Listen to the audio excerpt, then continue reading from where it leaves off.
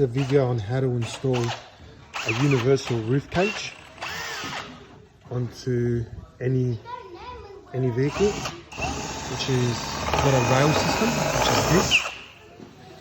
So what you need to do is first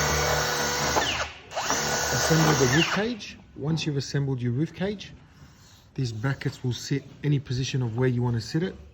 You can also mark them over here. One will go at the back, at the rear. You would need to, once you've marked it, once you mark it there, you would need to drill.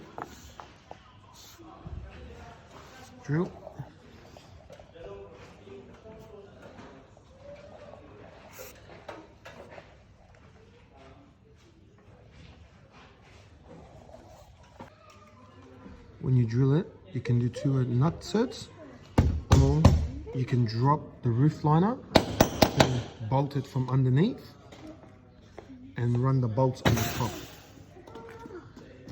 And as you can see, that's how it will sit. That's how it will sit. And then that will get tightened from the top. Once you have set up the main leg, which is 4 of them, you'll get in the box. You get 4 of them. Then all you'll need to do is just bolt it up, as you can see here, just with a hex head, 1 washer. In this job, we've decided to do a nutsert system, which is just crimps itself to the top of the cab. There is a more easier way as well. You can just drill and use a nut and bolt, and the flat pieces will sit underneath. Also, excuse me 1 second. Once that's done, all you need to do is use the backbone system. Okay.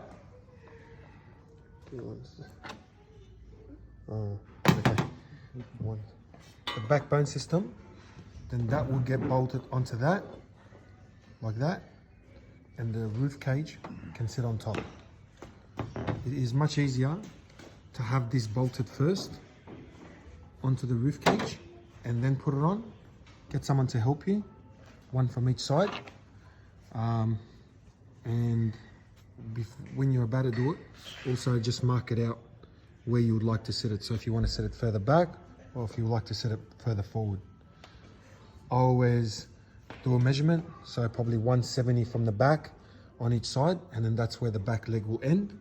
Everyone's different. If you wanted to put light bar system, you probably want to bring it up more forward. If you want to set it back, for different kind of reasons. And in the end, this is the final finish. Brackets installed, backbone installed, very secured.